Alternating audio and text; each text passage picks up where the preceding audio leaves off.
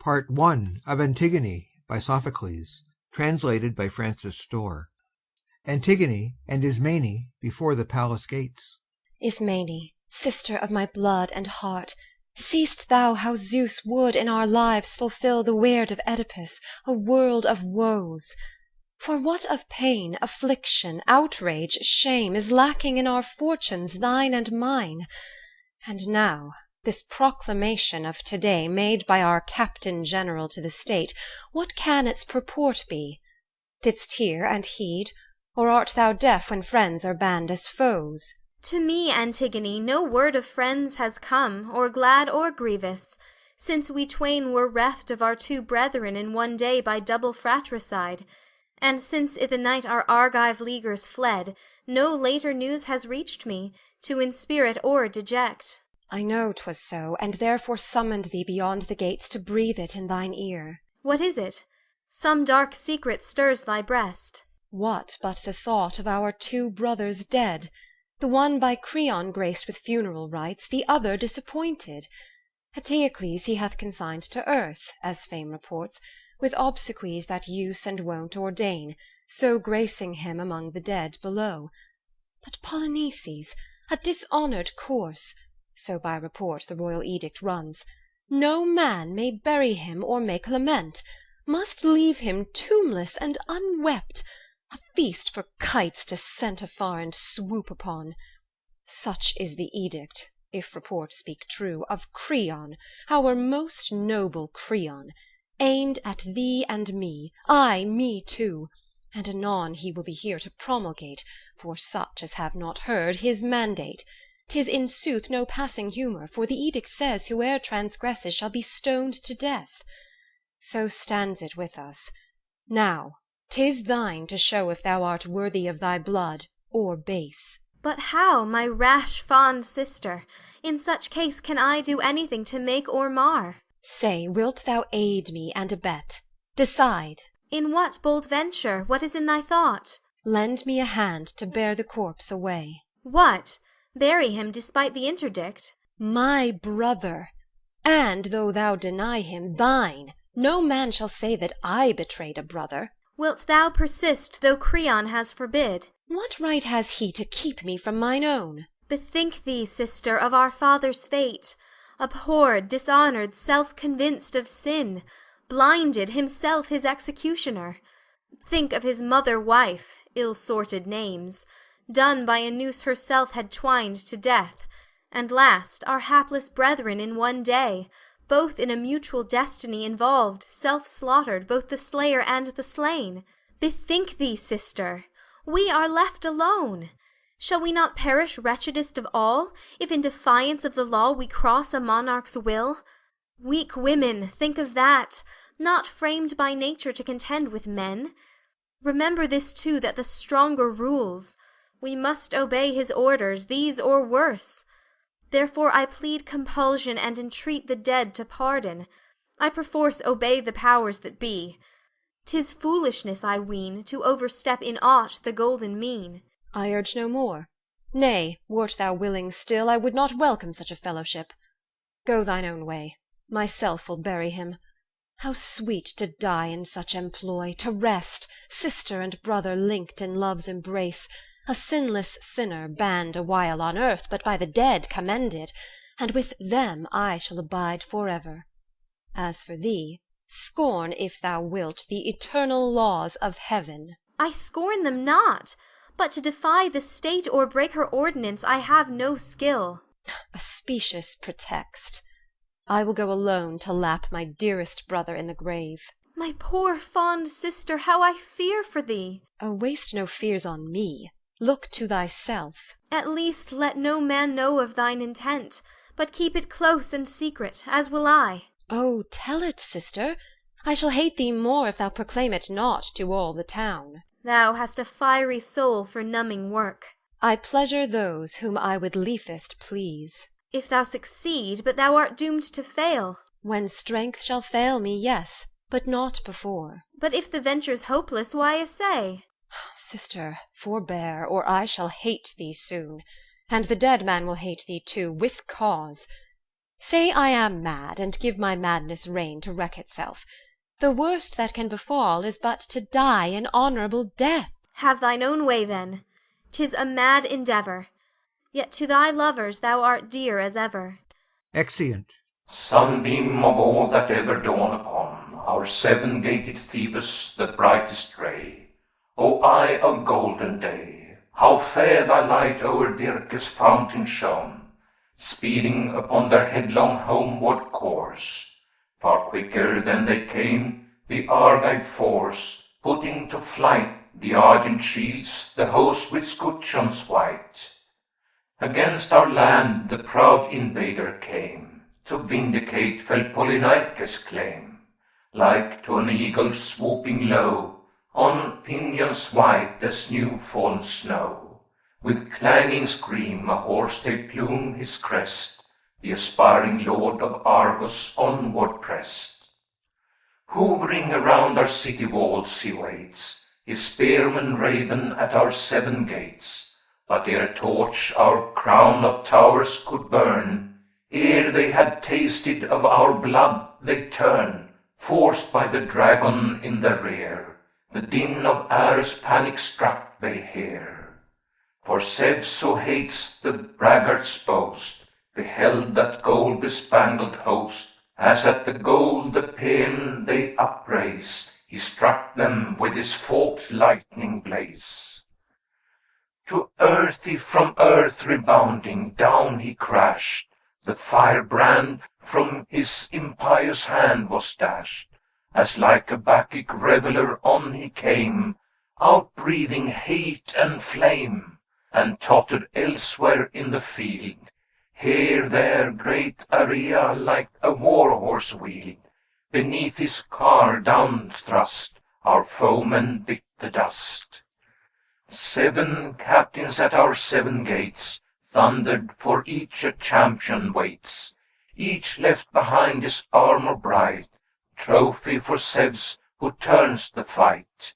Save 2 alone, that ill-starred pair, one mother to one father bare, who lance in rest, one gainst the other, drave and both perished, brother slain by brother. Now victory to Thebes returns again, and smiles upon her chariot-circled plain. Now let feast and festal, should memories of war blot out. Let us to the temples throng, dance and sing the live night long. God of Thebes, lead thou the round, Bacchus, shaker of the ground. Let us end our revels here. Lo, Creon, our new lord, draws near, crowned by this strange chance our king. What I marvel, pondering, why this summons? Wherefore call us his elders one and all, bidding us with him debate on some grave concern of state? Enter Creon. Elders, the gods have righted once again our storm-tossed ship of state, now safe in port. But you, by special summons, I convened as my most trusted counselors. First, because I knew you loyal to Laius of old. Again, when Oedipus restored our state, both while he ruled and when his rule was o'er, ye still were constant to the royal line. Now that his 2 sons perished in one day, brother by brother murderously slain, by right of kinship to the princes dead, I claim and hold the throne and sovereignty. Yet 'tis no easy matter to discern the temper of a man, his mind and will, till he be proved by exercise of power. And in my case, if one who reigns supreme swerve from the highest policy, tongue-tied by fear of consequence, that man I hold and ever held the basest of the base. And I condemn the man who sets his friend before his country. For myself, I call to witness Zeus, whose eyes are everywhere, if I perceive some mischievous design to sap the state, I will not hold my tongue, nor would I reckon as my private friend a public foe, well knowing that the state is the good ship that holds our fortunes all. Farewell to friendship, if she suffers wreck. Such is the policy by which I seek to serve the commons, and conformably I have proclaimed an edict as concerns the sons of Oedipus. Eteocles, who in his country's battle fought and fell, the foremost champion, duly bury him with all observances and ceremonies that are the guerdon of the heroic dead. But for the miscreant exile who returned minded in flames and ashes to blot out his father's city and his father's gods, and glut his vengeance with his kinsmen's blood, or drag them captive at his chariot wheels, for Polynices 'tis ordained that none shall give him burial, or make mourn for him, but leave his corpse unburied, to be meat for dogs and carrion crows, a ghastly sight. So am I purposed. Never by my will shall miscreants take precedence of true men, but all good patriots, alive or dead, shall be by me preferred and honored. Son of Menauceus, thus thou willst to deal with him who loathed and him who loved our state. Thy word is law, thou canst dispose of us, the living as thou willst, as of the dead. See then ye execute what I ordain. On younger shoulders lay this grievous charge. Fear not, I've posted guards to watch the corpse. What further duty wouldst thou lay on us? Not to connive at disobedience. No man is mad enough to court his death. The penalty is death, yet hope of gain hath lured men to their ruin oftentimes. Enter guard. My lord, I will not make pretence to pant and puff as some light-footed messenger. In sooth, my soul beneath its pack of thought made many a halt and turned again, for conscience plied her spur and curb by turns. Why hurry headlong to thy fate, poor fool? She whispered. Then again, if Creon learn this from another, thou wilt rue it worse. Thus leisurely I hastened on my road. Much thought extends a furlong to a league. But in the end the forward voice prevailed to face thee. I will speak, though I say nothing. For plucking courage from despair, methought, let the worst hap, thou canst but meet thy fate. What is thy news? Why this despondency? Let me premise a word about myself. I neither did the deed, nor saw it done, nor were it just that I should come to harm. Thou art good at parry, and canst fence about some matter of grave import, as is plain. The bearer of dread tidings needs must quake. Then, sirrah, shoot thy bolt and get thee gone. Well, it must out. The corpse is buried. Someone e'en now besprinkled it with thirsty dust, performed the proper ritual, and was gone. What sayest thou? Who hath dared to do this thing? I cannot tell, for there was ne'er a trace of pick or mattock, hard unbroken ground, without a scratch or rut of chariot wheels, no sign that human hands had been at work. When the first sentry of the morning watch gave the alarm, we all were terror-stricken. The corpse had vanished, not interred in earth, but strewn with dust, as if by one who sought to avert the course that haunts the unburied dead. Of hound or ravening jackal, not a sign. Thereat rose an angry war of words. Guard railed at guard, and blows were like to end it, for none was there to part us, each in turn suspected, but the guilt brought home to none from lack of evidence. We challenged each the ordeal, or to handle red-hot iron, or pass through fire, affirming on our oath our innocence. We neither did the deed ourselves, nor know who did or compassed it. Our quest was at a standstill, when one spake, and bowed us all to earth like quivering reeds, for there is no gainsaying him, or way to escape perdition. Ye are bound to tell the king, ye cannot hide it. So he spake, And he convinced us all. So lots were cast, and I, unlucky scapegoat, drew the prize. So here I am unwilling and withal unwelcome. No man cares to hear ill news. I had misgivings from the first, my liege, of something more than natural at work. Oh, cease, you vex me with your babblement. I am like to think you dote in your old age. Is it not arrant folly to pretend that gods would have a thought for this dead man? Did they forsooth award him special grace, and as some benefactor bury him, who came to fire their hallowed sanctuaries, to sack their shrines, to desolate their land and scout their ordinances? Or perchance the gods bestow their favours on the bad? No, no. I have long noted malcontents who wagged their heads and kicked against the yoke, misliking these my orders and my rule. 'Tis they, I warrant, who suborned my guards by bribes. Of evils current upon earth, the worst is money.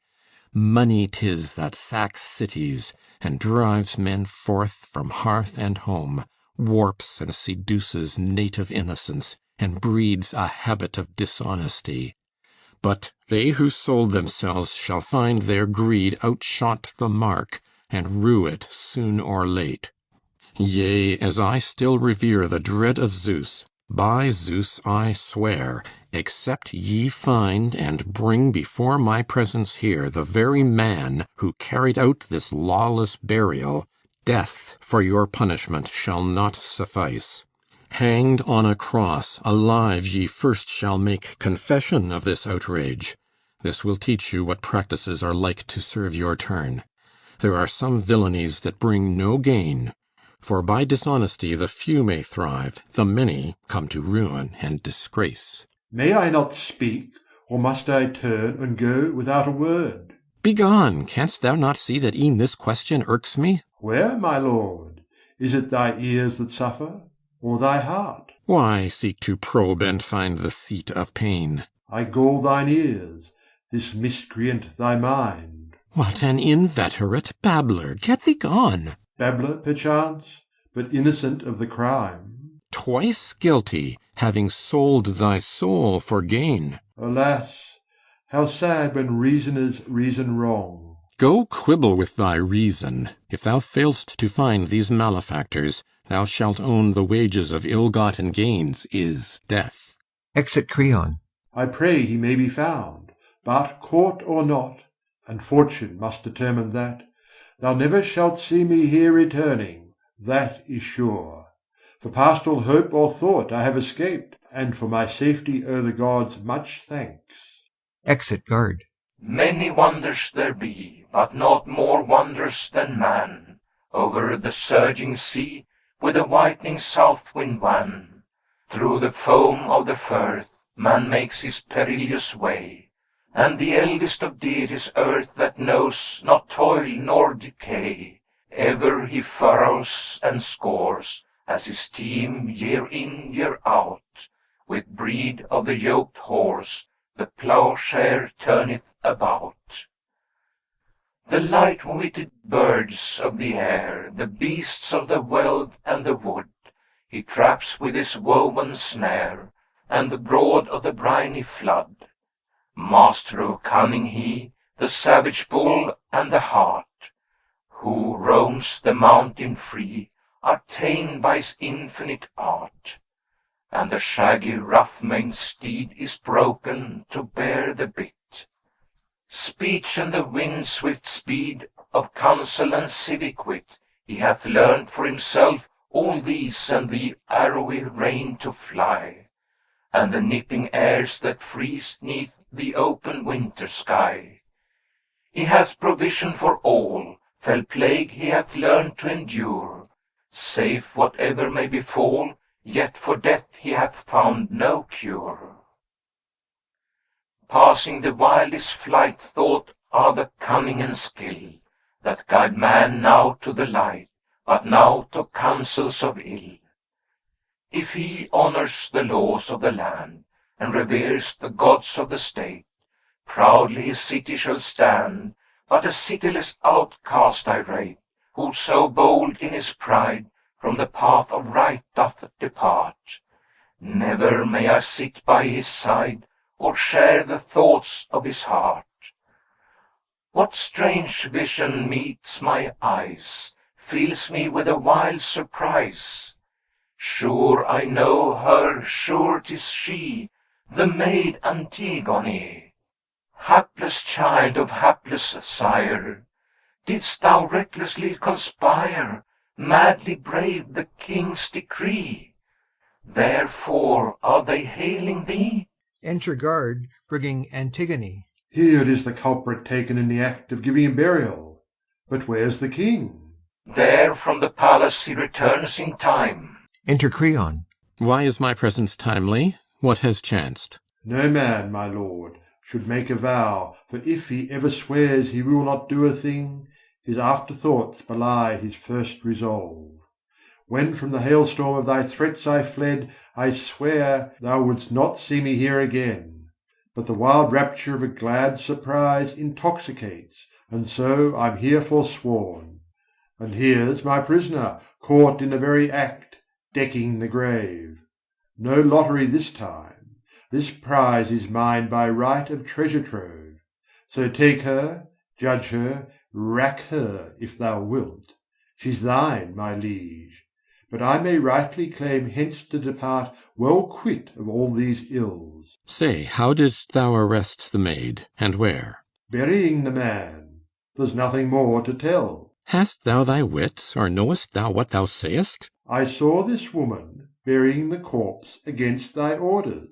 Is that clear and plain? But how was she surprised and caught in the act? It happened thus. No sooner had we come, driven from thy presence by those awful threats, than straight we swept away all trace of dust, and bared the clammy body. Then we sat high on the ridge to windward of the stench, while each man kept his fellow alert and rated roundly the sluggard, if he chanced to nap. So all night long we watched, until the sun stood high in heaven, and his blazing beams smote us. A sudden whirlwind then upraised a cloud of dust that blotted out the sky, and swept the plain, and stripped the woodlands bare, and shook the firmament. We closed our eyes, and waited till the heaven-sent plague should pass. At last it ceased, and lo, there stood this maid. A piercing cry she uttered, sad and shrill, as when the mother bird beholds her nest robbed of its nestlings. Even so the maid wailed as she saw the body stripped and bare, and cursed the ruffians who had done this deed. Anon she gathered handfuls of dry dust, then, holding high a well-wrought brazen urn, thrice on the dead she poured a lustral stream. We at the sight swooped down on her and seized our quarry. Undismayed she stood, and when we taxed her with the former crime and this, she disowned nothing. I was glad and grieved, for 'tis most sweet to 'scape one's self scot-free, and yet to bring disaster to a friend is grievous. Take it all in all, I deem a man's first duty is to serve himself. Speak, girl, with head bent low and downcast eyes.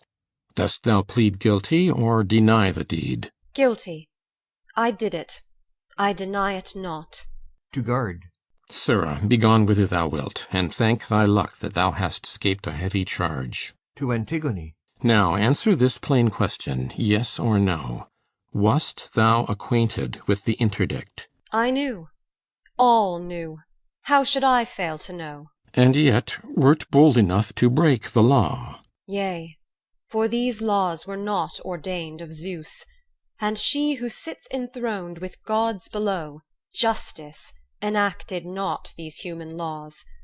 Nor did I deem that thou, a mortal man, couldst by a breath annul and override the immutable unwritten laws of heaven. They were not born to-day, nor yesterday. They die not, and none knoweth whence they sprang. I was not like, who feared no mortal's frown, to disobey these laws and so provoke the wrath of heaven. I knew that I must die, e'en hadst thou not proclaimed it. And if death is thereby hastened, I shall count it gain. For death is gain to him whose life, like mine, is full of misery. Thus my lot appears not sad, but blissful. For had I endured to leave my mother's son unburied there, I should have grieved with reason, but not now.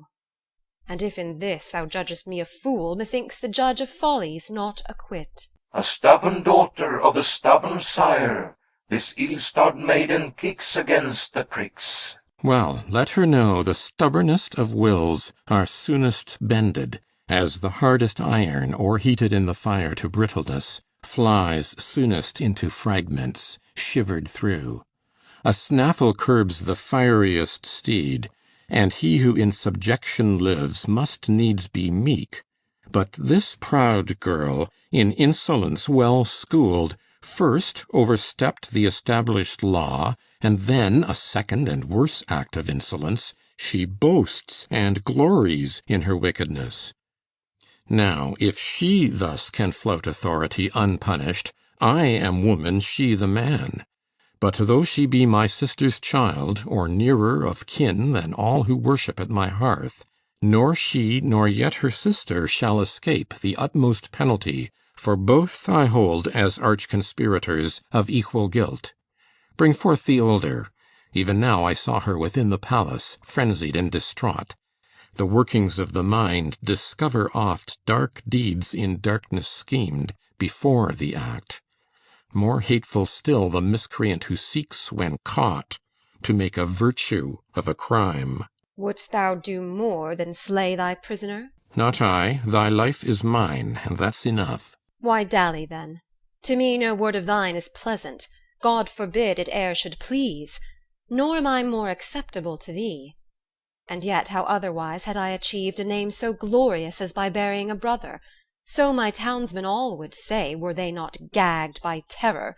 Manifold a king's prerogative, and not the least that all his acts and all his words are law. Of all these Thebans none so deems but thou. These think as I, but bate their breath to thee. Hast thou no shame to differ from all these? To reverence kith and kin can bring no shame. Was his dead foeman not thy kinsman too? One mother bare them, and the selfsame sire. Why cast a slur on one by honouring one? The dead man will not bear thee out in this. Surely, if good and evil fare alive. The slain man was no villain, but a brother. The patriot perished by the outlaw's brand. Nathless the realms below these rites require. Not that the base should fare as do the brave. Who knows if this world's crimes are virtues there? Not even death can make a foe a friend. My nature is for mutual love, not hate. Die then, and love the dead, if thou must.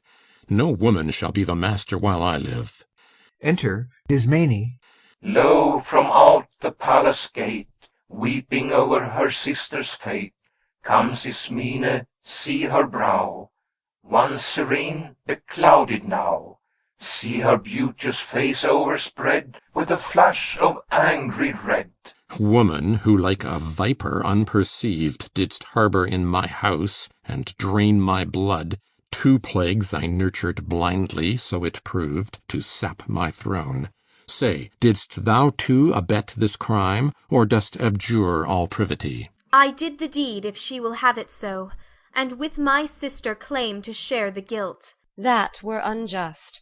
Thou wouldst not act with me at first, and I refused thy partnership. But now thy bark is stranded, I am bold to claim my share as partner in the loss. Who did the deed the underworld knows well. A friend in word is never friend of mine. O sister, scorn me not, but let me share thy work of piety, and with thee die. Claim not a work in which thou hadst no hand.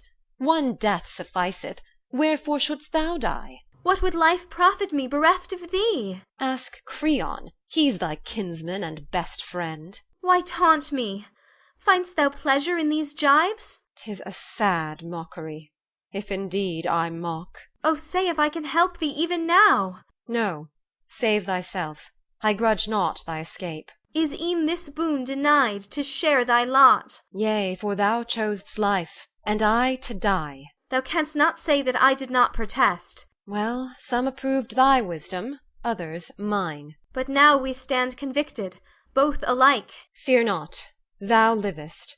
I died long ago, then when I gave my life to save the dead. Both maids, methinks, are crazed. One suddenly has lost her wits, the other was born mad. Yea, so it falls, sire.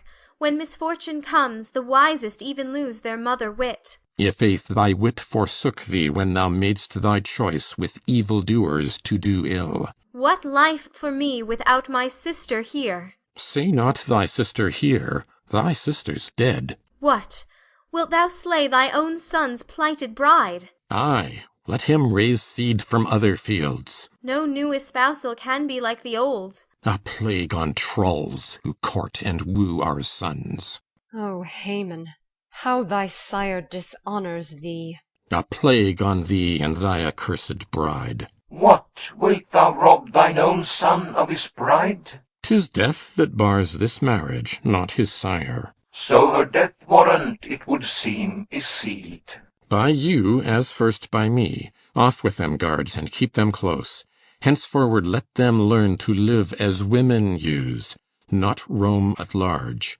For e'en the bravest spirits run away when they perceive death pressing on life's heels. Thrice blessed are they who never tasted pain. If once the curse of heaven attaint the race, the infection lingers on and speeds apace. Age after age, and each the cup must drain. So when Etesian blasts from Thrake downpour, sweep over the blackening main and whirl to land, from ocean's cavernous depth his oaths and sand, billow on billow thunders on the shore. On the Labdacidae I see descending, woe upon woe from days of old, some god laid on the race a malison and his rod, scourges each age with sorrows never ending. The light that dawned upon its last-born son is vanished, and the bloody axe of fate has felled the goodly tree that blossomed late. O Oedipus, by reckless pride undone! Thy might, O Zeus, what mortal power can quell? Not sleep that lays all else beneath its spell, nor moons that never tire, untouched by time, throned in the dazzling light that crowns Olympus' height. Thou reignest king, omnipotent, sublime. Past, present, and to be, all bow to thy decree. All that exceeds the mean by fate is punished, love or hate. Hope flits about never wearying wings, profit to some light loves she brings. But no man knoweth how her gifts may turn, till 'neath his feet the treacherous ashes burn. Sure 'twas a sage inspired that spake this word: if evil good appear, to any fate is near, and brief the respite from her flaming sword. Hither comes in angry mood Haemon, latest of thy brood. Is it for his bride he's grieved, or her marriage bed deceived? Doth he make his mourn for thee, maid forlorn Antigone? Enter Haemon. Soon shall we know, better than seer can tell. Learning my fixed decree anent thy bride, thou meanest not, son, to rave against thy sire? Knowest not whate'er we do is done in love? O father, I am thine, and I will take thy wisdom as the helm to steer withal.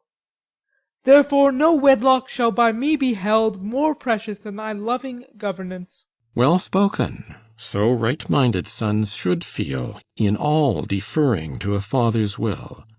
For 'tis the hope of parents they may rear a brood of sons submissive, keen to avenge their father's wrongs, and count his friends their own. But who begets unprofitable sons, he verily breeds trouble for himself, and for his foes much laughter.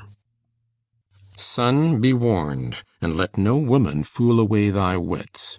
Ill fares the husband mated with a shrew, and her embraces very soon wax cold. For what can wound so surely to the quick as a false friend? So spew and cast her off. Bid her go find a husband with the dead. For since I caught her openly rebelling, of all my subjects the one malcontent, I will not prove a traitor to the state. She surely dies. Go, let her, if she will, appeal to Zeus, the god of kindred. For if thus I nurse rebellion in my house, shall not I foster mutiny without? For whoso rules his household worthily will prove in civic matters no less wise. But he who overbears the laws and thinks to overrule his rulers, such a one I never will allow. Whomever the state appoints must be obeyed in everything, but small and great, just and unjust alike. I warrant such a one in either case would shine, as king or subject. Such a man would in the storm of battle stand his ground, a comrade leal and true. But anarchy, what evils are not wrought by anarchy? She ruins states, and overthrows the home. She dissipates and routs the embattled host, while discipline preserves the ordered ranks. Therefore we must maintain authority, and yield no title to a woman's will. Better, if needs be, men should cast us out, than hear it said, a woman proved his match. To me, unless old age have dulled wits, thy words appear both reasonable and wise. Father, the gods implant in mortal men reason, the choicest gift bestowed by heaven. 'Tis not for me to say thou errest, nor would I arraign thy wisdom if I could. And yet wise thoughts may come to other men, and, as thy son, it falls to me to mark the act, the words, the comments of the crowd. The commons stand in terror of thy frown, and dare not utter aught that might offend, but I can overhear their muttered plaints. Know how the people mourn this maiden doomed for noblest deeds to die the worst of deaths. When her own brother slain in battle lay unsepulchred, she suffered not his corpse to lie for carrion birds and dogs to maul. Should not her name, they cry, be writ in gold? Such the low murmurings that reach my ear. O father, nothing is by me more prized than thy well-being, for what higher good can children covet than their sire's fair fame, as fathers too take pride in glorious sons? Therefore, my father, cling not to one mood, and deem not thou art right, all others wrong. For whoso thinks that wisdom dwells with him, that he alone can speak or think aright, such oracles are empty breath when tried. The wisest man will let himself be swayed by others' wisdom, and relax in time. See how the trees beside a stream in flood, save if they yield to force, each spray unharmed, but by resisting perish, root and branch. The mariner who keeps his main-sheet taut, and will not slacken in the gale, is like to sail with thwarts reversed, keel uppermost. Relent then, and repent thee of thy wrath, for if one young in years may claim some sense, I'll say 'tis best of all to be endowed with absolute wisdom. But if that's denied, and nature takes not readily that ply, next wise is he who lists to sage advice. If he says aught in season, heed him, king. To Haemon. Heed thou thy sire too. Both have spoken well. What, would you have us at our age be schooled, lessoned in prudence by a beardless boy? I plead for justice, father, nothing more. Weigh me upon my merit, not my years. Strange merit this, to sanction lawlessness. For evildoers I would urge no plea. Is not this maid an arrant lawbreaker? The Theban commons with one voice say no. What, shall the mob dictate my policy? 'Tis thou, methinks, who speakest like a boy. Am I to rule for others or myself? A state for one man is no state at all. The state is his who rules it, so 'tis held. As monarch of a desert thou wouldst shine. This boy, methinks, maintains the woman's cause. If thou be'st woman, yes, my thought's for thee. O reprobate!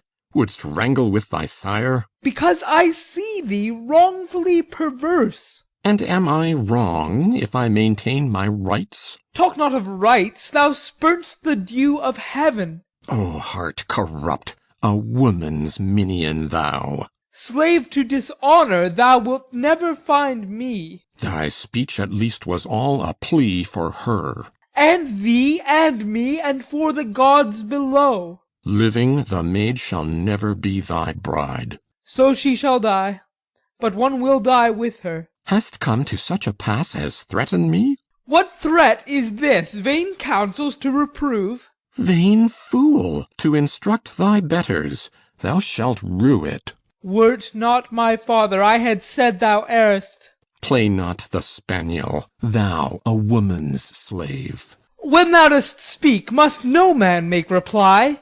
This passes bounds. By heaven, thou shalt not rate and jeer and flout me with impunity. Off with the hateful thing, that she may die at once beside her bridegroom, in his sight. Think not that in my sight the maid shall die, or by my side. Never shalt thou again behold my face hereafter. Go, consort with friends who like a madman for their mate. Exit Haemon. End of Part 1. Part 2. Thy son has gone, my liege, in angry haste. Fell is the wrath of youth beneath the smart. Let him go vent his fury like a fiend. These sisters twain he shall not save from death. Surely thou meanst not to slay them both. I stand corrected. Only her who touched the body. And what death is she to die? She shall be taken to some desert place by man untrod, and in a rock-hewn cave, with food no more than to avoid the taint that homicide might bring on all the state, buried alive. There let her call in aid the king of death, the one God she reveres, or learn too late a lesson learnt at last. 'Tis labour lost to reverence the dead. Love resistless in fight, all yield at a glance of thine eye. Love, who pillowed all night on a maiden's cheek dost lie, over the upland holds, shall mortals not yield to thee? Mad are thy subjects all, and even the wisest heart straight to folly will fall at a touch of thy poisoned dart. Thou didst kindle the strife, this feud of kinsman with kin, by the eyes of her winsome wife, and the yearning her heart to win. For as her consort still enthroned with justice above, thou bendest man to thy will, O all invincible love. Lo, I myself am borne aside from justice as I view this bride. O sight and eye in tears to drown, Antigone, so young, so fair, thus hurried down death's bower with the dead to share. Friends, countrymen, my last farewell I make. My journey's done. One last, fond, lingering, longing look I take at the bright sun. For death, who puts to sleep both young and old, hails my young life, and beckons me to Acheron's dark fold, an unwed wife. No youths have sung the marriage song for me, my bridal bred, no maids have strewn with flowers from the lea. 'Tis death I wed. But bethink thee, thou art sped, great and glorious to the dead. Thou the sword's edge hast not tasted, no disease thy frame hath wasted. Freely thou alone shalt go, living to the dead below. Nay, but the piteous tale I've heard men tell of Tantalus' doomed child, chained upon Syphilis' high rocky fell, that clung like ivy wild, drenched by the pelting rain and whirling snow, left there to pine, while on her frozen breast the tears aye flow. Her fate is mine. She was sprung of gods divine, mortals we of mortal line, like renown with gods to gain, recompenses all thy pain. Take this solace to thy tomb, hers in life and death thy doom. Alack, alack, ye mock me. Is it meet thus to insult me living to my face? Cease, by our country's altars I entreat, ye lordly rulers of a lordly race. O fount of Dursey, wood-embowered plain, where Theban chariots to victory speed, mark ye the cruel laws that now have wrought my bane, the friends who show no pity in my need. Was ever fate like mine? O monstrous doom, within a rock-built prison sepulchred, to fade and wither in a living tomb, and alien midst the living and the dead. In thy boldness overrash, madly thou thy foot didst dash, 'gainst high justice altars dare. Thou a father's guilt dost bear. At this thou touchest my most poignant pain, my ill-starred father's piteous disgrace, the taint of blood, the hereditary stain that clings to all of Labdacus' famed race. Woe worth the monstrous marriage bed where lay a mother with the son her womb had borne. Therein I was conceived. Woe worth the day, fruit of incestuous sheets, a maid forlorn. And now I pass, accursed and unwed, to meet them as an alien there below. And thee, O brother, in marriage ill bestead, 'twas thy dead hand that dealt me this death blow. Religion has her chains, 'tis true. Let right be paid when rights are due. Yet is it ill to disobey the powers who hold by might the sway. Thou hast withstood authority, a self-willed rebel, thou must die. Unwept, unwed, unfriended, hence I go. No longer may I see the day's bright eye, not one friend left to share my bitter woe, and o'er my ashes heave one passing sigh. If wail and lamentation aught availed to stave off death, I trow they'd never end. Away with her, and having walled her up in a rock-vaulted tomb, as I ordained, leave her alone, at liberty to die, or if she choose, to live in solitude, the tomb her dwelling. We, in either case, are guiltless as concerns this maiden's blood, only on earth no lodging shall she find. O grave, O bridal bower, O prison house hewn from the rock, my everlasting home, whither I go to join the mighty host of kinsfolk, Persephassa's guests long dead, the last of all more miserable, I pass, my destined span of years cut short. And yet good hope is mine that I shall find a welcome from my sire, a welcome too from thee, my mother, and my brother dear. From with these hands I laved and decked your limbs in death, and poured libations on your grave. And last, my Polyneices, unto thee I paid due rites, and this my recompense. Yet am I justified in wisdom's eyes. For even had it been some child of mine, or husband mouldering in death's decay, I had not wrought this deed despite the state. What is the law I call an aid?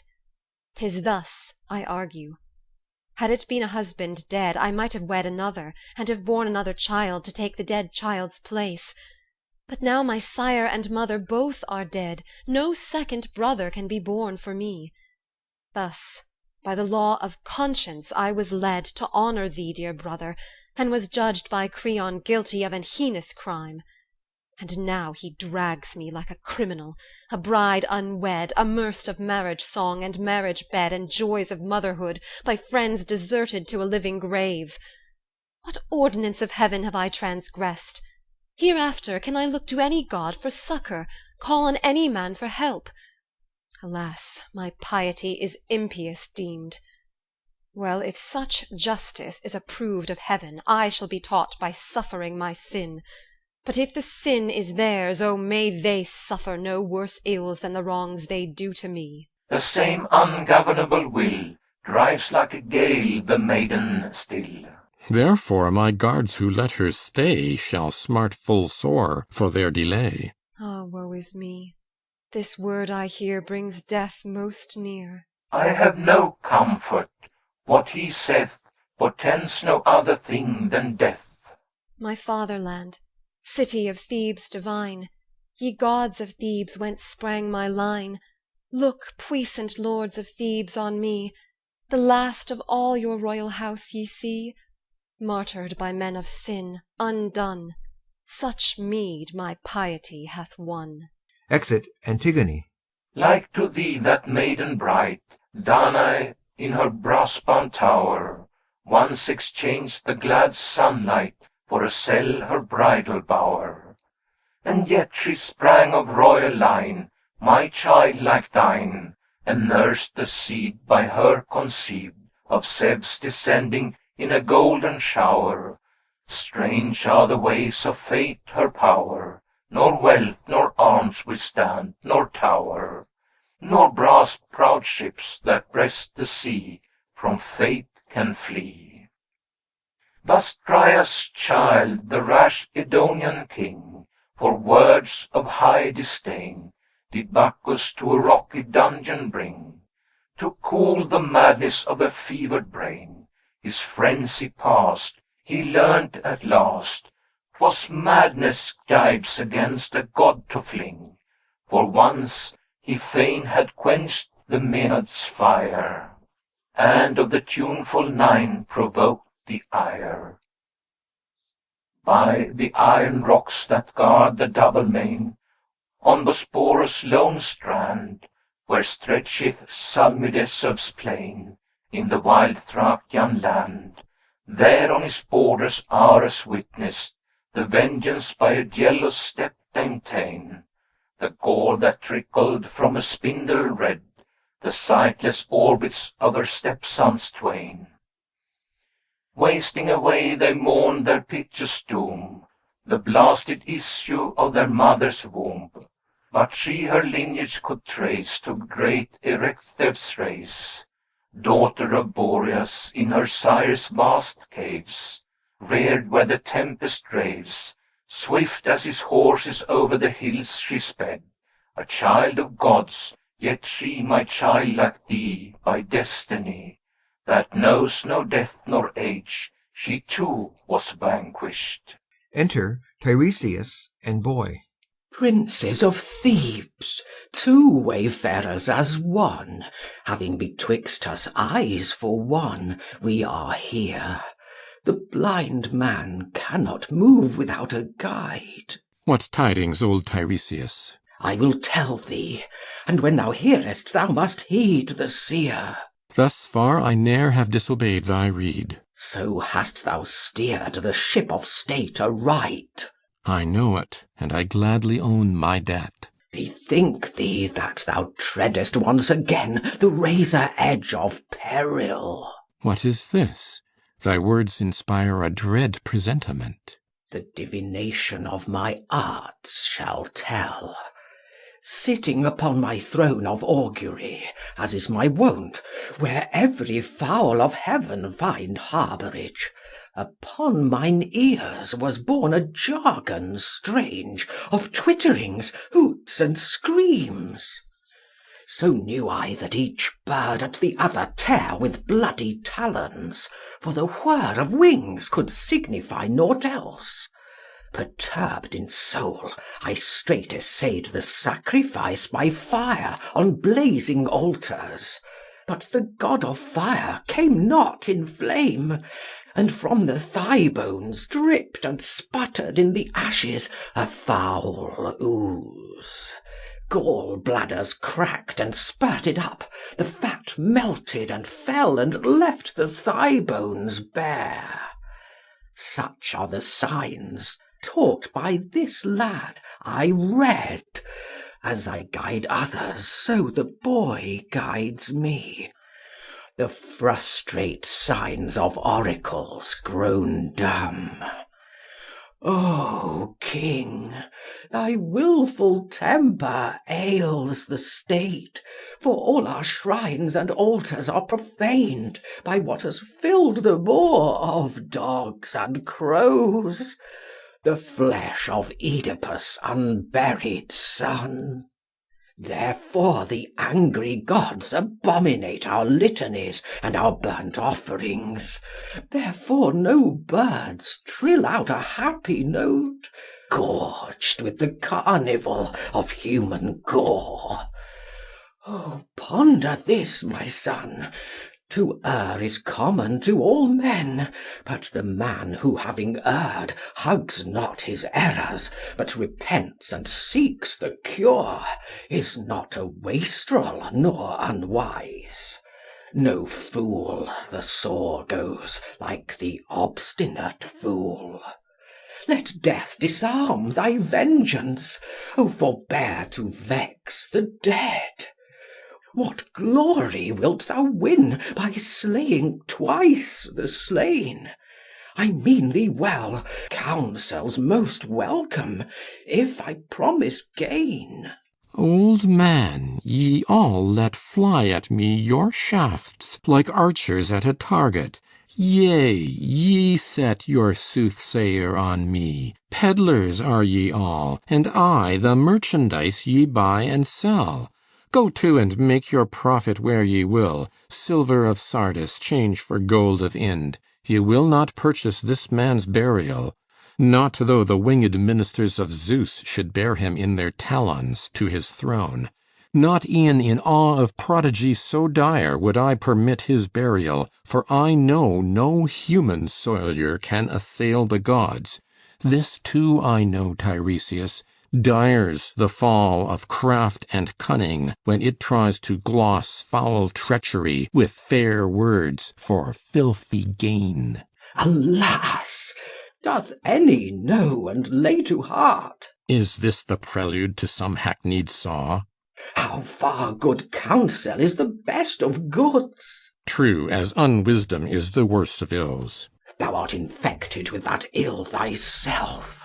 I will not bandy insults with thee, seer. And yet thou sayest my prophecies are frauds. Prophets are all a money-getting tribe. And kings are all a lucre-loving race. Dost know at whom thou glancest, me thy lord? Lord of the state and saviour, thanks to me. Skilled prophet art thou, but to wrong inclined. Take heed, thou wilt provoke me to reveal the mystery deep hidden in my breast. Say on, but see it be not said for gain. Such thou, methinks, till now hast judged my words. Be sure thou wilt not traffic on my wits. Know then for sure, the coursers of the sun not many times shall run their race before thou shalt have given the fruit of thine own loins in quittance of thy murder, life for life. For that thou hast entombed a living soul, and sent below a denizen of earth, and wronged the nether gods by leaving here a corpse unlaved, unwept, unsepulchred. Herein thou hast no part, nor in the gods in heaven, and thou usurp'st a power not thine. For this the avenging spirits of heaven and hell, who dog the steps of sin, are on thy trail. What these have suffered, thou shalt suffer too.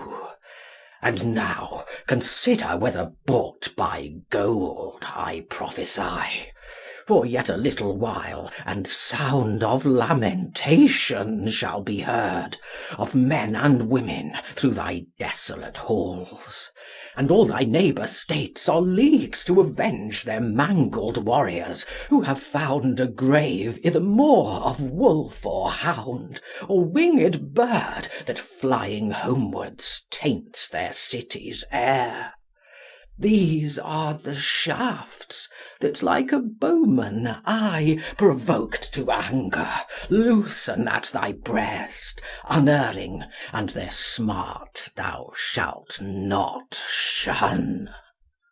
Oh, boy, lead me home, that he may vent his spleen on younger men, and learn to curb his tongue with gentler manners than his present mood. Exit Tiresias. My liege, that man hath gone foretelling woe, and oh, believe me, since these grizzled locks were like the raven, never have I known the prophet's warning to the state to fail. I know it too, and it perplexes me. To yield is grievous, but the obstinate soul that fights with fate is smitten grievously. Son of Meniothebs, list to good advice. What should I do? Advise me, I will heed. Go free the maiden from her rocky cell, and for the unburied outlaw build a tomb. Is that your counsel? You would have me yield? Yea, king, this instant. Vengeance of the gods is swift to overtake the impenitent. Ah, what a wrench it is to sacrifice my heart's resolve. But fate is ill to fight. Go, trust not others, do it quick thyself. I go hot foot. Bestir ye one and all, my henchmen, get ye axes, speed away to yonder eminence. I too will go, for all my resolution this way sways. 'Twas I that bound, I too will set her free. Almost I am persuaded it is best to keep through life the law ordained of old. Exit Creon. Thou by many names adored, child of Zeus, the god of thunder, of a Theban bride the wonder, fair Italia's guardian lord. In the deep embosomed glades of the Eleusinian queen, haunt of revellers, men and maids, Dionysus thou art seen. Where Ismenus rolls his waters, where the dragon's teeth were sown, where the bacchanals thy daughters round thee roam, there thy home, Thebes, O Bacchus, is thine own. Thee on the two-crested rock, lurid flaming torches see, where Corisian maidens flock, thee the springs of Castaly. By Nisa's bastion ivy-clad, by shores with clustered vineyards glad, there to thee the hymn rings out, and through our streets we Thebans shout, all haul to thee, Ibi, Ibi. Oh, as thou lovest this city best of all, to thee and to thy mother levin-stricken, in our dire need we call. Thou seest with what the plague our townsfolk sicken, thy ready help we crave, whether adown Parnassian heights descending, or o'er the roaring straits thy swift was wending. Save us, O save! Brightest of all the orbs that breathe forth light, authentic son of Zeus, immortal king, leader of all the voices of the night, come and thy train of Thyiads with thee bring, thy maddened rout, who dance before thee all night long and shout, thy handmaids we, Evi, Evi. Enter Messenger. Attend all ye who dwell beside the halls of Cadmus and Amphion. No man's life, as of one tenor, would I praise or blame, for fortune with a constant ebb and rise casts down and raises, high and low alike, and none can read a mortal's horoscope. Take Creon.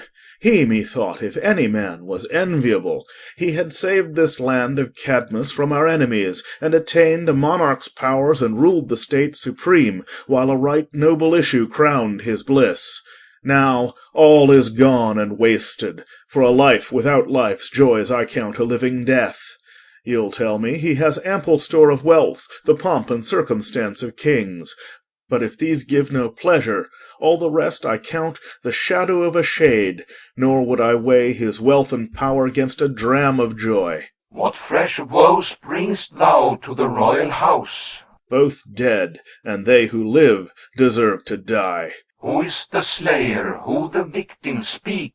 Haman, his blood shed by no stranger hand. What mean ye, by his father's or his own? His own, in anger for his father's crime. O prophet, what thou spakest comes to pass. So stands the case. Now 'tis for you to act. Lo, from the palace gates I see approaching Creon's unhappy wife, Eurydice. Comes she by chance, or learning her son's fate? Enter Eurydice. Ye men of Thebes, I overheard your talk, as I passed out to offer up my prayer to Pallas, and was drawing back the bar to open wide the door, Upon my ears there broke a wail that told of household woe. Stricken with terror, in my handmaid's arms I fell and fainted. But repeat your tale, to one not unacquaint with misery. Dear mistress, I was there, and will relate the perfect truth, omitting not one word. Why should we glose and flatter, to be proved liars hereafter? Truth is ever best.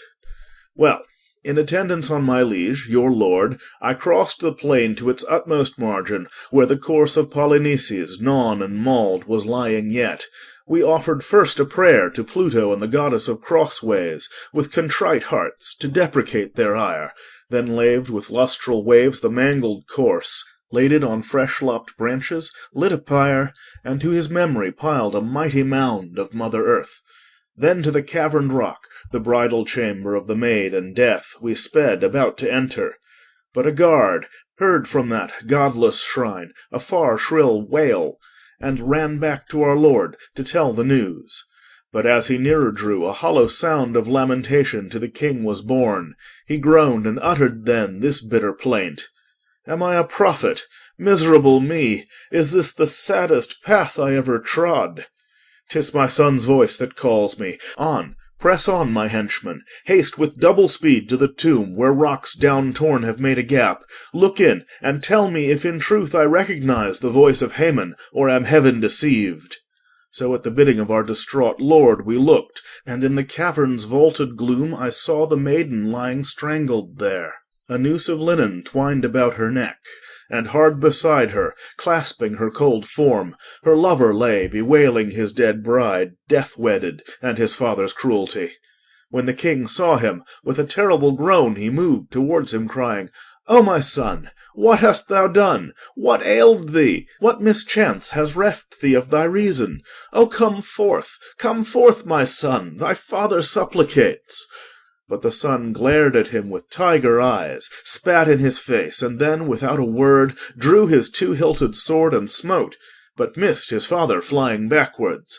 Then the boy, wroth with himself, poor wretch, incontinent, fell on his sword and drove it through his side home, but yet breathing, clasped in his lax arms the maid, her pallid cheek incarnadined with his expiring gasps. So there they lay, two corpses, one in death. His marriage rites are consummated in the halls of death.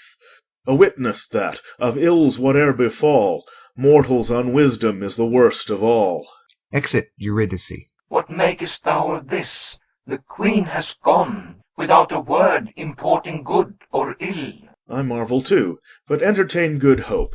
'Tis that she shrinks in public to lament her son's sad ending, and in privacy would with her maidens mourn a private loss. Trust me, she is discreet and will not err. I know not, but strained silence, so I deem, is no less ominous than excessive grief. Well, let us to the house, and solve our doubts whether the tumult of her heart conceals some fell design. It may be thou art right, unnatural silence signifies no good. Lo, the king himself appears, evidence he with him bears. 'Gainst himself, ah me, I quake, 'gainst a king such charge to make. But all must own, the guilt is his, and his alone. Woe for sin of minds perverse, deadly fraught with mortal curse! Behold us, slain and slayers, all akin! Woe for my counsel dire, conceived in sin! Alas, my son, life scarce begun, thou wast undone. The fault was mine, mine only, O my son. Too late thou seemest to perceive the truth. By sorrow schooled, heavy the hand of God, thorny and rough the paths my feet have trod, humbled my pride, my pleasure turned to pain. Poor mortals, how we labour all in vain. Enter second messenger. Sorrows are thine, my lord, and more to come. One lying at thy feet, another yet more grievous waits thee when thou comest home. What woe is lacking to my tale of woes? Thy wife, the mother of thy dead son here, lies stricken by a fresh inflicted blow. How bottomless the pit! Dost claim me too, O Death? What is this word he saith, this woeful messenger? Say, is it fit to slay anew a man already slain? Is death at work again, stroke upon stroke, first son, then mother slain? Look for thyself, she lies for all to view. Alas! Another added woe I see. What more remains to crown my agony? A minute past I clasped a lifeless son, and now another victim death has won. Unhappy mother, most unhappy son. Beside the altar on a keen-edged sword, she fell and closed her eyes in night but erst. She mourned for Megareus, who nobly died long since, then for her son with her last breath. She cursed thee, the slayer of her child. I shudder with affright. Oh, for a two-edged sword to slay outright a wretch like me, made one with misery. 'Tis true that thou wert charged by the dead queen as author of both deaths, hers and her son's. In what wise was her self-destruction wrought? Hearing the loud lament above her son, with her own hand she stabbed herself to the heart. I am the guilty cause. I did the deed, thy murderer. Yea, I guilty plead. My henchmen, lead me hence. Away, away. A cipher, less than nothing.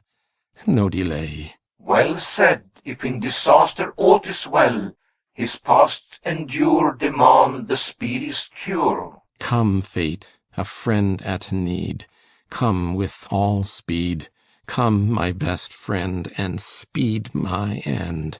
Away, away. Let me not look upon another day. This for the morrow to us our present needs, that they whom it concerns must take in hand. I join your prayer that echoes my desire. Oh, pray not, prayers are idle from the doom. Of fate for mortals refuge is there none. Away with me, a worthless wretch who slew unwitting thee, my son, thy mother too. Whither to turn I know not. Every way leads but astray, and on my head I feel the heavy weight of crushing fate. Of happiness the chiefest part is a wise heart, and to defraud the gods in aught with perils fraught. Swelling words of high-flown might, mightily the gods do smite. Chastise meant for errors past, wisdom brings to age at last. End of Part 2. End of Antigone by Sophocles, translated by Francis Storr.